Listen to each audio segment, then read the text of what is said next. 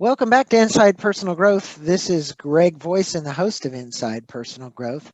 And joining us from Boston, actually Harvard University, is Ashley Whillans. And she has a new book out called Time Smart: How to Reclaim Your Time and Live a Happier Life.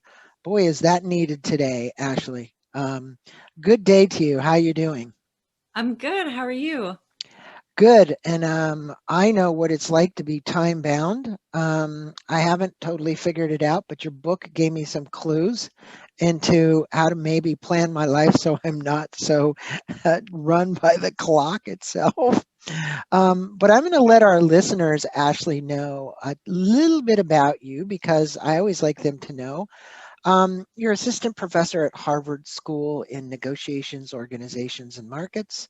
Your new book has been out for a while now, not a long time, but out. Um, you received your PhD in social psychology from the University of British Columbia in November of 2017 and started working as an assistant professor at Harvard Business School in July of 2017. During your PhD, you were a member of UBC's Public Scholar Initiative and was funded by the Social Science and Humanities Research Council of Canada. In 2015 and 18, you were named the Rising Star of Behavioral Science for the International Behavior Exchange and Behavioral Science and Policy Association. Congratulations for that. You're a member of the Business and Environment Initiative, which I actually went and looked that up, and a member of the Flourishing Program at Harvard Chan School for Public Health. More broadly, your research focuses on understanding how the daily and long term decisions people make about time and money in their lives, relationships at work impact their well being. And if you want to learn more from her, we're going to have a link to her website and we will have a blog on that. So, Ashley, you did a lot of research for this because you are a researcher. That's who you are, and it's important to do research because you don't have data otherwise. So you state that you became fascinated with the trade-offs people make between time and money when you were a PhD student. What'd you learn from the thousands of surveys that were completed worldwide about the trade-offs between time and money? Because I think people will probably trade off. This would be what I'd say. They're probably going to go more toward the money than to actually have the time, and that's unfortunate. They should have more time. So, what'd you learn? Yeah, so it's interesting. I've conducted surveys all over the world at this point, asking people, do you value time more than money, or do you value money more than time? And what I see is that the split does depend on your demographic background. So we do see some evidence that different people will prioritize either time or money, depending on life stage and different factors, which we can get into in a moment. But the most striking finding is that people who say that they value time more than money report greater overall happiness in their lives. What do I mean by happiness? So, as a happiness researcher, I think about these terms in a particular way.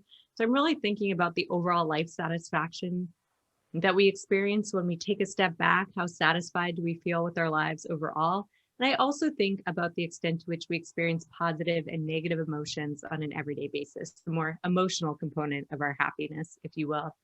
And I see that this simple question of whether we value time more than money or money more than time predicts happiness to a similar extent as other demographic variables, like whether or not you're married or have a partner, which is really good for happiness. And it even holds controlling for other demographic variables like how rich you are, what country you live in, what your family composition looks like, how much debt you have. So we see Hmm. this really reliable finding that people who value time over money have greater lives overall, in part because they socialize more, they choose activities for more intrinsic as opposed to extrinsic reasons. So because they like doing something as opposed to because they have to.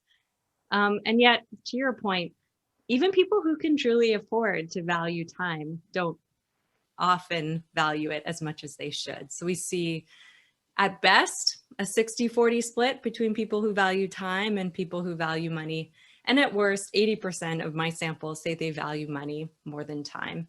And this matters because time poverty has become an increasingly pervasive societal problem. So people all over the world, 80% of working adults report feeling time poor, like they have too many things to do in a day and not enough time to do them. And these feelings of being overwhelmed by the demands of work and life also have a critical cost for our happiness. Well, and health. And And health, yeah. and you have studied a lot, and I would think that if you looked back in history, because it's you don't just study current time as somebody in behavioral science, you're looking at previously recorded time. You know, my perception is if I went back when I was a kid, I was born in 54, okay? And we didn't have all this social media. We didn't have all this stuff buzzing in our ears and all these devices trying to consume our time and occupy our time and so on. What did you find about when you got in the depth of these surveys, um, this kind of addiction that's happened in our society around these devices, which are consuming so much of our time? And what is maybe the solution, Ashley? What can we do? Yeah, so we do exactly as you observe or that you're alluding to here. And in large scale time diary data, which tracks how much people spend on working and leisure, we actually see since the 1950s, we have slightly more leisure time at our disposal, right? So objectively speaking, we have slightly more time available to us now than we did in the 1950s, in part because of modern conveniences. We have dishwashers, we have washing machines in every household, at least in more affluent countries like the United States. And we have technology that makes our work more efficient. 2 generations, 3 generations back, my professors used to spend hours uh, conducting all of their data analysis by hand. Now we have computers that can do that work in moments. And so our technology is saving us time, but simultaneously it is also taking it away from us. So we see in data that I've collected and some of my collaborators that technology is not only creating what Bridget Schultz calls time confetti, so it's fragmenting our leisure into these Mm-hmm. small distractible units Mm-hmm. of free time, that's shortening the amount of leisure that a little bit that we have, not a lot, so we still have more than we used to in the 1950s, but every hour might actually only be 50 minutes interrupted because we're constantly connected to our technology. But most importantly, to explain these time poverty findings, these feelings of being overwhelmed by the demands of work and life, our constant connection to technology pulls us out of the present moment and reminds us of all the other things we could or should be doing.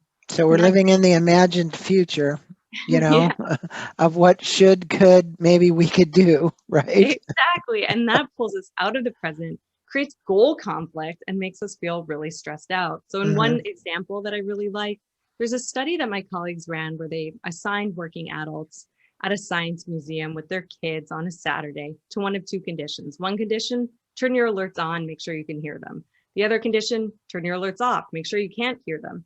Then they had these parents walk their kids through the science museum. And at the end of the exhibit, they asked parents, how much meaning did you experience while you were spending time with your child? How Mm-hmm. stressed out did you feel? And they found that having your alerts on made the time that you spent with your child less meaningful, in part because you were thinking about all the other things you should have been doing. Right. And that's a Right. perfect example of this point, is that technology is distracting us and filling our minds with other places that we could be at or work that we should be doing. I love Nuriel's book called Indistractable. He was on the show, and the reality is that we seem like I don't know how much study's been done on ADD, but I would say that we now live in a society today where they used to say, well, just executives were ADD. Well, it's not just executives anymore. It seems like everybody. Now you state for a large number of people at all economic strata and across many cultures, the best choices are not being made.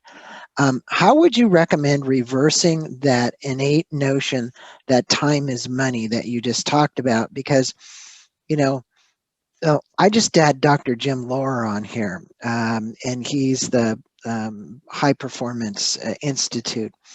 And he was saying, look, it's energy. It's how you expend your energy. And we only have so much energy. At the end of the day, it's like, how much energy do you still have as a professor to do what you do an interview? You're pregnant at this time, all the kind of things that you've got to do. And energy levels are really important. But what would you tell people about reversing this innate notion that they're going, oh, darn, I don't have enough money? Because society now has constantly, Ashley, in my estimation, put the extrinsic motivators out there, like, well, I need a new this, or I need a new that, or I'm going to go chase this, or I'm going to do that, or I'm not enough, or whatever it might be. So how do I get that out? Because that all takes money. And that's what people want, is they think they want. Then when they get it, we find that really it's not very satisfying, right? So, I mean, this is a difficult problem, right? Because society tells us to be a good worker, we need to be constantly responsive. That Right. constant responsivity is a proxy for commitment. Society tells us that more is better, that more money is going to mean we're more respected. Society even confers high status, research suggests, to people, at least in North American contexts, that always seem busy. We think the person who never has time in their calendar must be highly valuable since their time is so scarce. And yet in European cultures, and in Italy in particular, one of my colleagues ran a very fun study, they found that leisure confers high status. If you have more time off, you must be doing something right in life if you can still have a professional career. And so it is worth recognizing that there are strong situational factors, social factors that are pushing us to focus more on money and less on time. But even knowing that, there are small, simple strategies we can take in the context of our own lives to really try to put time first, to push against some of these social and cultural scripts that tell us money is the thing that matters most, or productivity is how to determine my self-worth, and really cultivate a more time affluent life. So really identifying time traps is the first place to start, which we've been talking about. Right. So you want to be thinking about where are there opportunities in the context of your everyday life to realize when you might be prioritizing work or constant responsivity, and it's not necessarily improving the quality of your work. One phenomena in the psychological literature that's very helpful for this is the idea of the mere urgency effect. So when we're feeling stressed out and overwhelmed, which is so often, as we've already been talking about, we often gravitate toward working on small, low-level tasks, like checking our email, like scheduling a meeting. This is why your inbox goes to zero when you're working under a major project deadline. At least it does for me some of the time. Maybe I'm a little better at it now that I've written a book on this topic.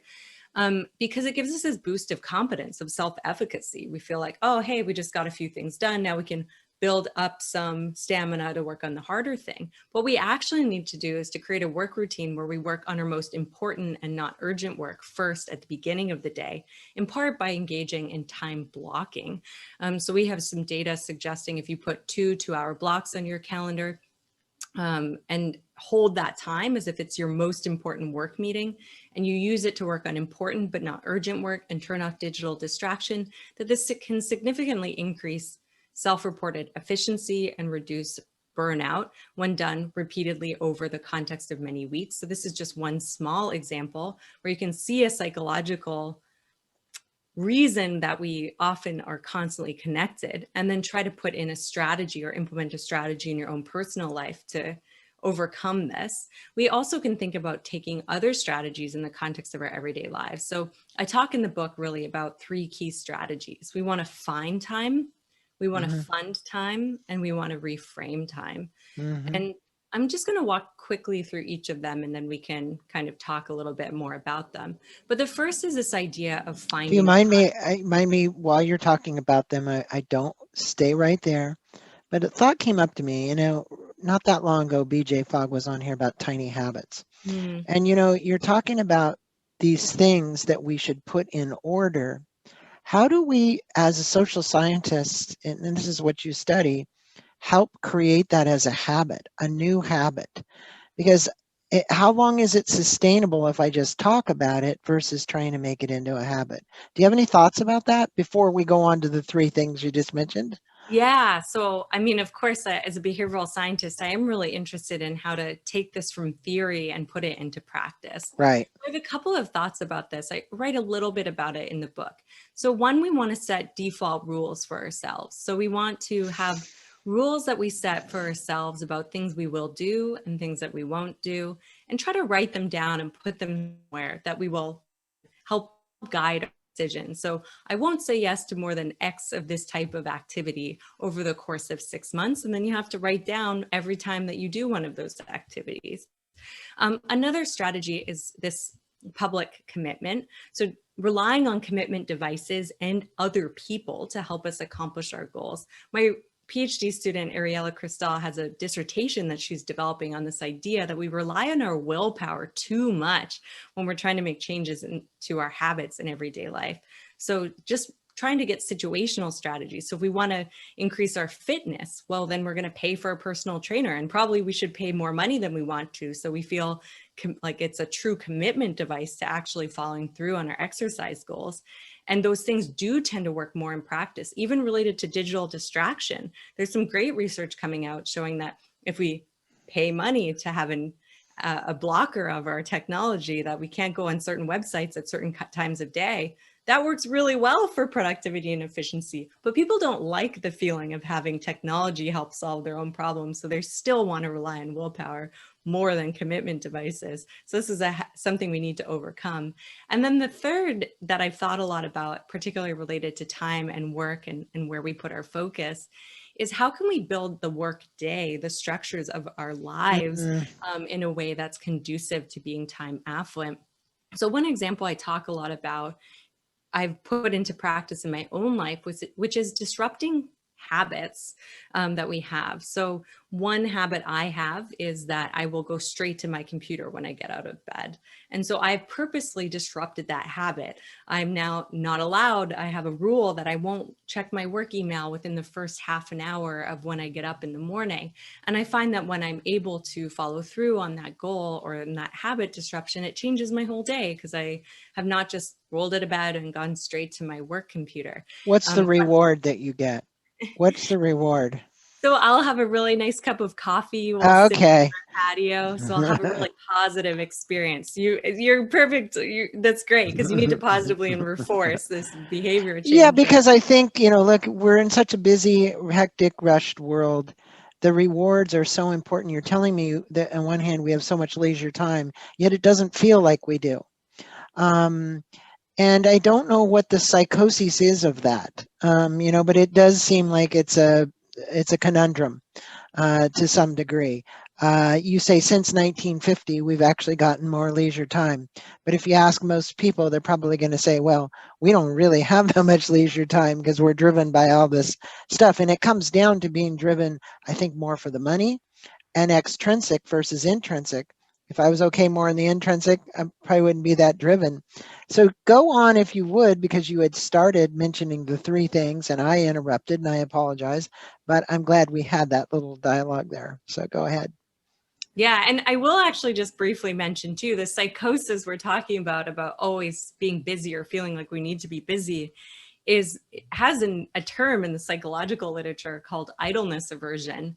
So people and technology, as to your point, has actually increased this aversion somewhat. At least the research would suggest. So my colleagues also have data showing that having alerts on your phone does increase self-reported ADHD symptomology. You feel more anxious, you feel like you need to be filling your time and constantly busy. And so some of my colleagues have run some great studies on idleness aversion. One of them is they asked college students, or they provided college students with a choice. You can sit in this room for 30 minutes, 45 minutes, and either be left alone with only your thoughts or blast yourself with mild electric shocks.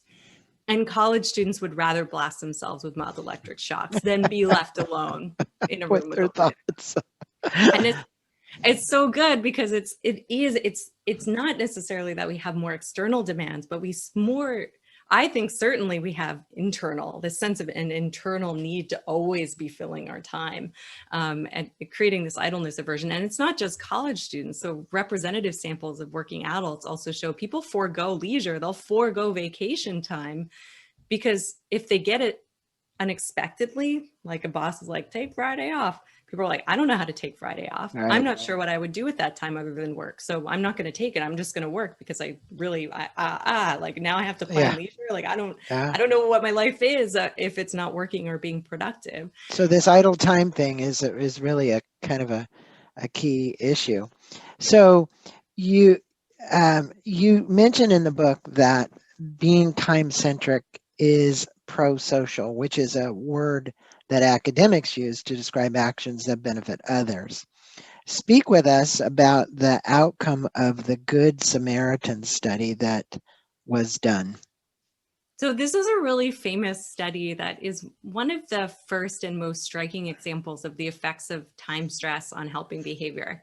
So they took students, these were researchers at Princeton, and they took a group of students who were studying to be ministers, and they randomly assigned them to one of three conditions. Either they were told that they had to go give a lesson in the seminary, and there was lots of time, so they could take as long as they needed to get across campus to go teach this lesson on the Good Samaritan. This is where the name of the study comes from. Mm-hmm. That the group was that they should probably like pick up the pace. They might run a little late. They had enough time, but they might be a little late, so they should probably get there pretty quickly.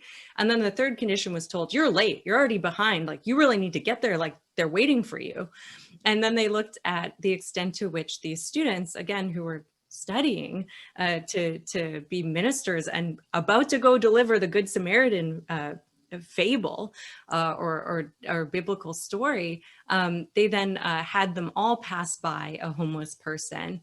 Well, it was a Confederate who seemed that they, exactly like the Good Samaritan, they were not fully clothed, they were in need, they were crying out for help.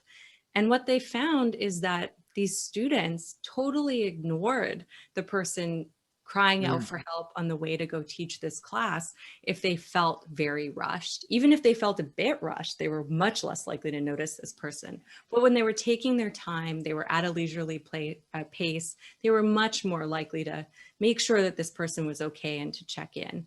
And I love this study because we have also seen this, we also see this in our data, but it's such a striking example of how stress and feelings of overwhelm can get in the way of our most valued desires, are the things that we care most about in our lives, the things that we want to do with our lives, that these feelings of stress in the moment, of feeling rushed, can really lead us to focus myopically on solving a problem, even at the expense of other things we really care about. And we see this in our data. People who feel more time affluent, they volunteer more. Same with people who prioritize time.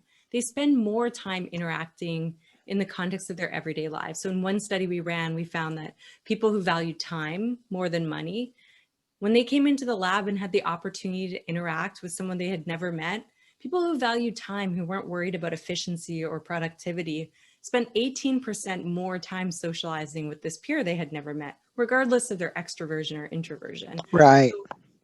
Well, that little study, the Good Samaritan one, it's like how many times, and I can say this myself, when I was in a hurry and I saw someone broken down on the side of the road, but yet I was in a hurry and I drove right past. The good thing would have been to help the person on the side of the road, right?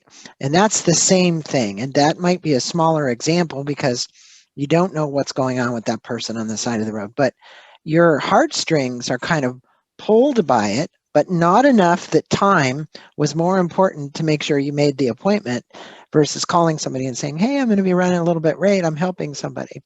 Now, you say the most obvious explanation for rising rates of time poverty is that we simply spend more time working than we used to. I would say that's true, and especially with the advent of the computer, and now look at this, Zoom. Speak with us, if you would, about the 6 common time traps and what we can do to avoid those traps.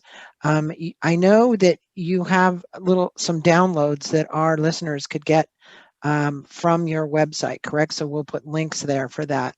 But talk about the 6 common time traps. Yeah, so we've started to talk a little bit about them already. So the first is that we value our money more than we value our time, in part because that's some of the social cultural values around prioritizing work and the importance of making money. But some of it is just how we psychologically think about our time versus our money. So we're not very good at tracking time.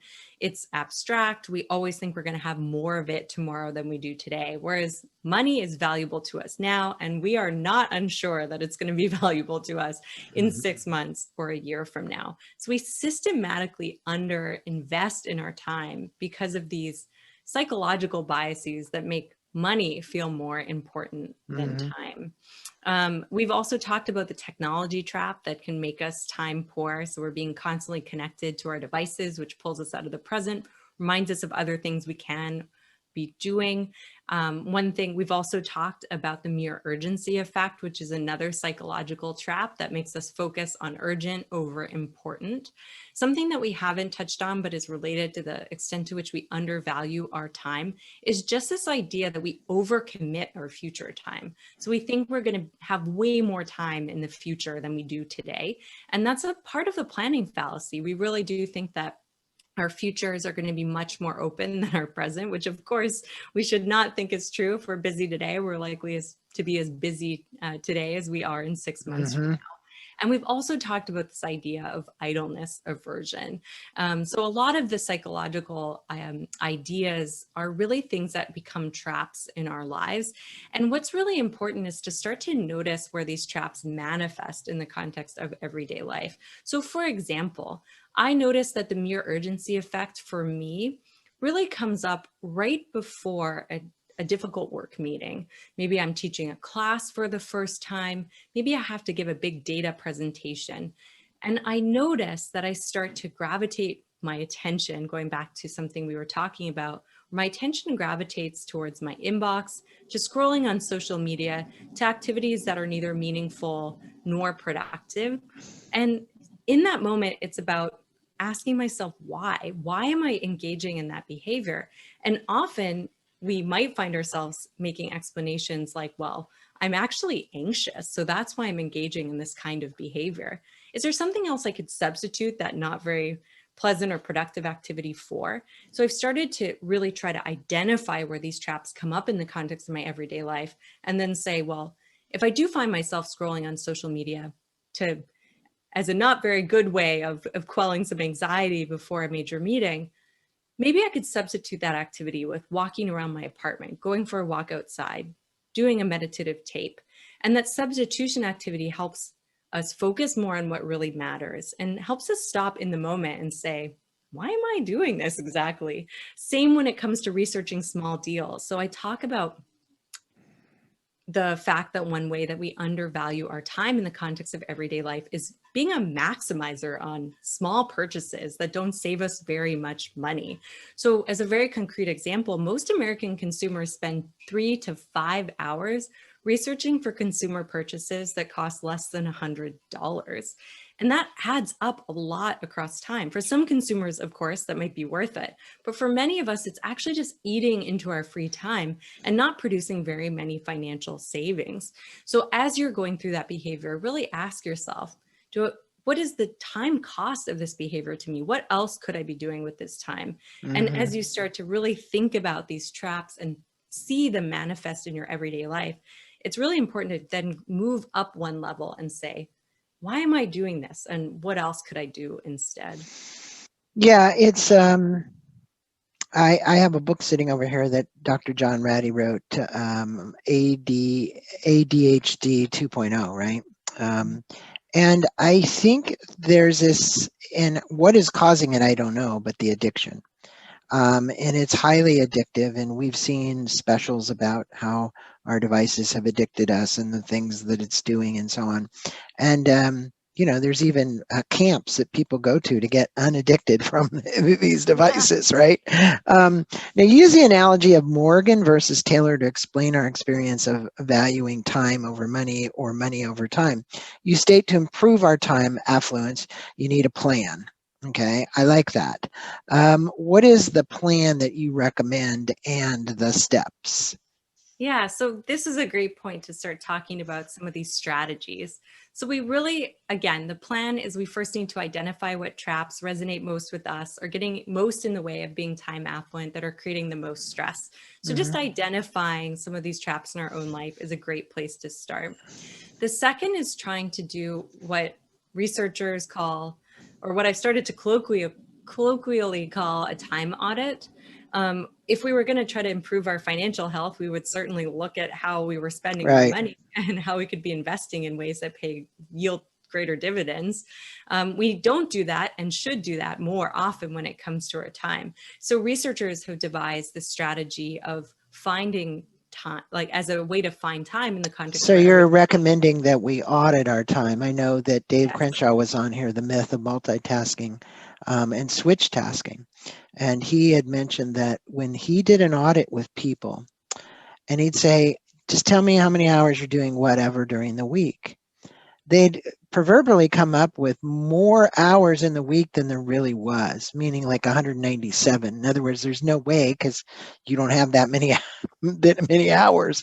But it's interesting what people's perception is. And I like the audit. I think the audit thing is probably a big win for everybody if they'd really do a true audit. Now, do you have an audit sheet at your website that they can do this time audit? I can definitely share that. I think the thing that distinguishes some of my time audits from others that exist, which are like cataloging how we spend our time, is I'm not only interested in general episodes, so not necessarily minute by minute, but think about a typical work day and think about the activities that fill your morning, your afternoon, and your evening. Mm-hmm. Thinking at an episode level, and then not only writing down kind of general activities of what you did, but in the day reconstruction approach, which is a research-based time diary approach, asking people how they felt during those activities. Mm-hmm. So was this a stressful activity? Was it like happiness producing? Was it meaningful? Was it unproductive?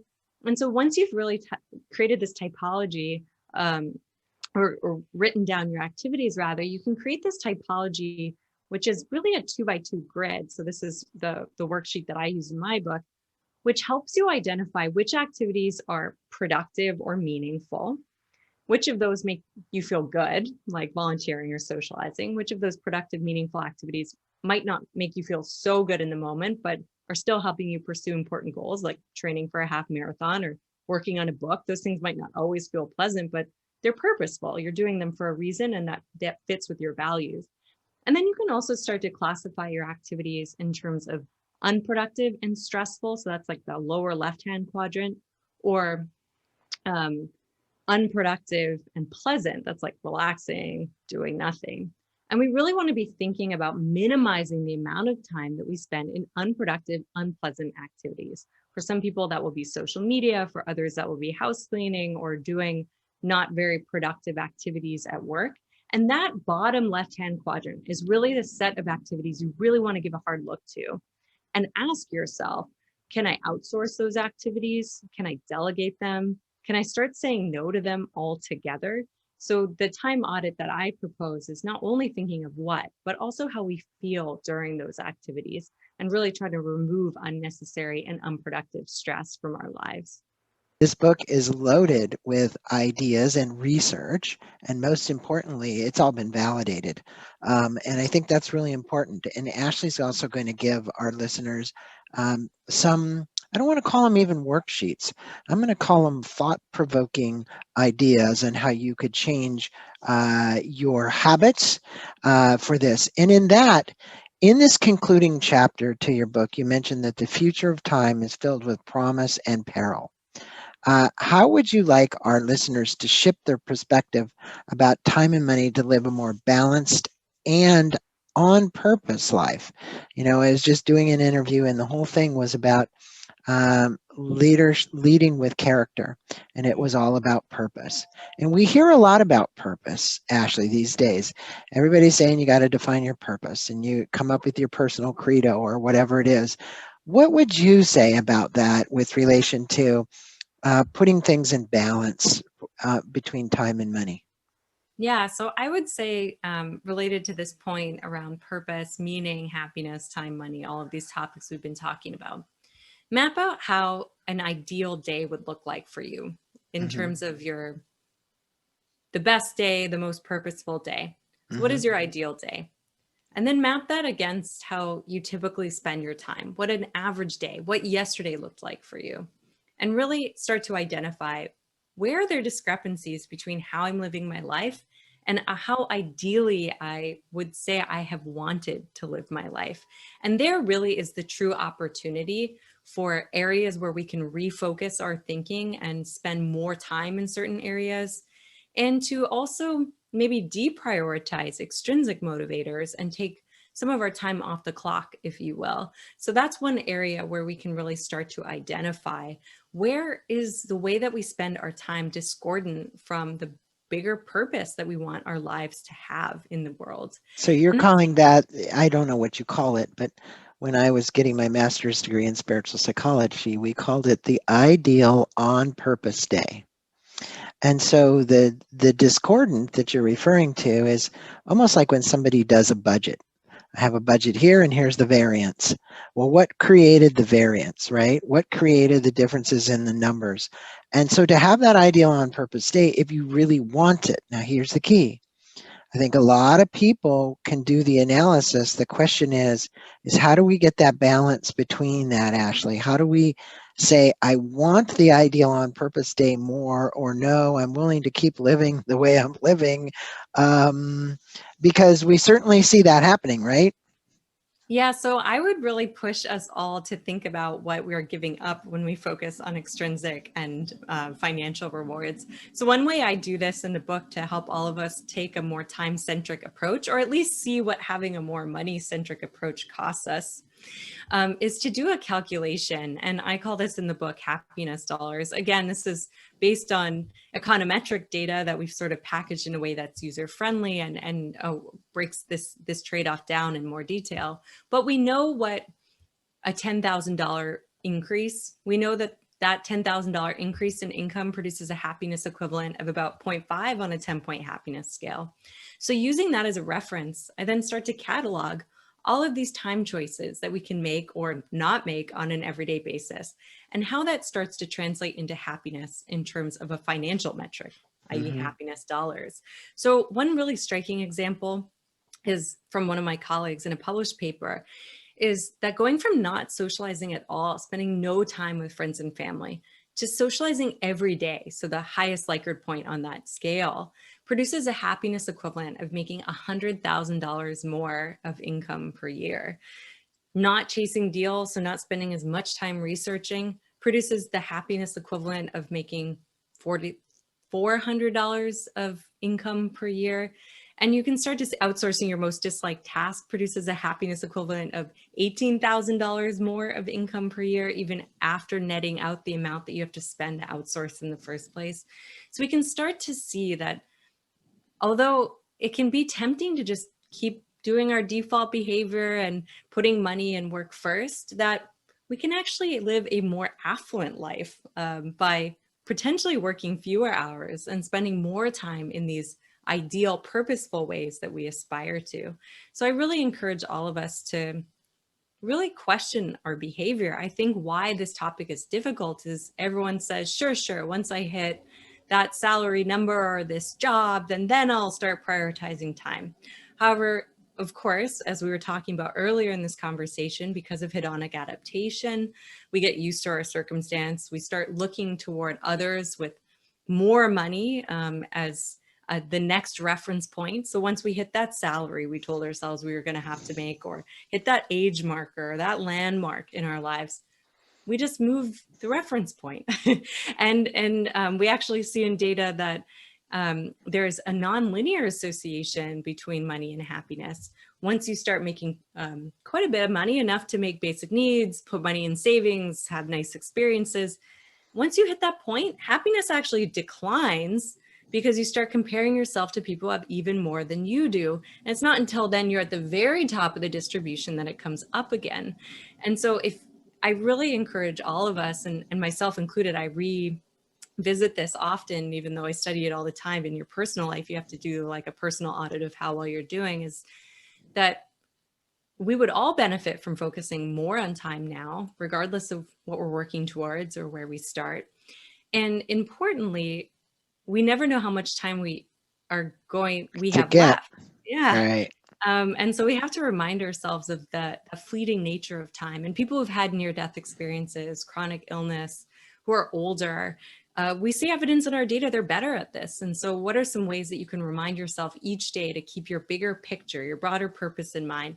Can you put a picture of someone that you love that's no longer with us on your desk? Can you write your purpose statement somewhere where you'll see it every day? Can you be like me and tattoo it on yourself so you remind yourself of what's really important each day, all the time? Because it is difficult. We are pushing against social and cultural norms by prioritizing time and things outside of work. But it is as important for happiness now than ever, because now is what we have to work with. And so I really try to encourage people to spend 5 minutes, 15 minutes, 30 minutes each day in a different way. Just start there. It doesn't necessarily mean quitting your job or moving. There's a lot of happiness to be gained by simply shifting the balance of our activities in 30-minute increments. 30 minutes of volunteering produces the happiness equivalent um, in some of our data of dramatically changing your careers, as long as you do it on a regular basis. So there's things that we all have control over. We can all spend half an hour in a way that's slightly different than how we're doing it. So it's really about finding one action and starting there. It's so interesting, and when I was hearing you say the happiness dollars, what's interesting is the correlation to that was money, and you used all those references to how much more money it was going to be. Now, I get the fact that we needed to have something that was relatable. The question might be, to me, I'm looking at it, what might be more relatable than the money, right?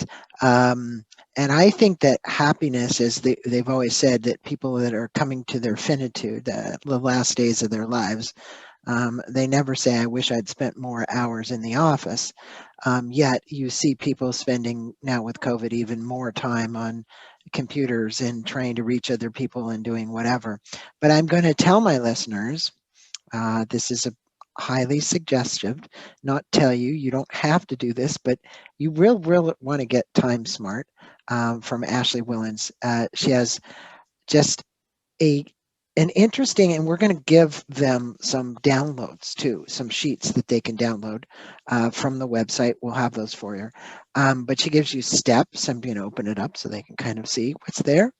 And reach out to Ashley too. It's not like she is so far away you couldn't reach her. We'll put a link to her website. You can make comments. And Ashley, it's been an honor having you on. Great work that you're doing. Keep your research going, and let's see if we can make some kind of breakthrough here. I know that it's on the horizon, but it's people like you that will actually help make that breakthrough. There's something that'll come up that we'll realize what we're doing that we could change as a social scientist that are there.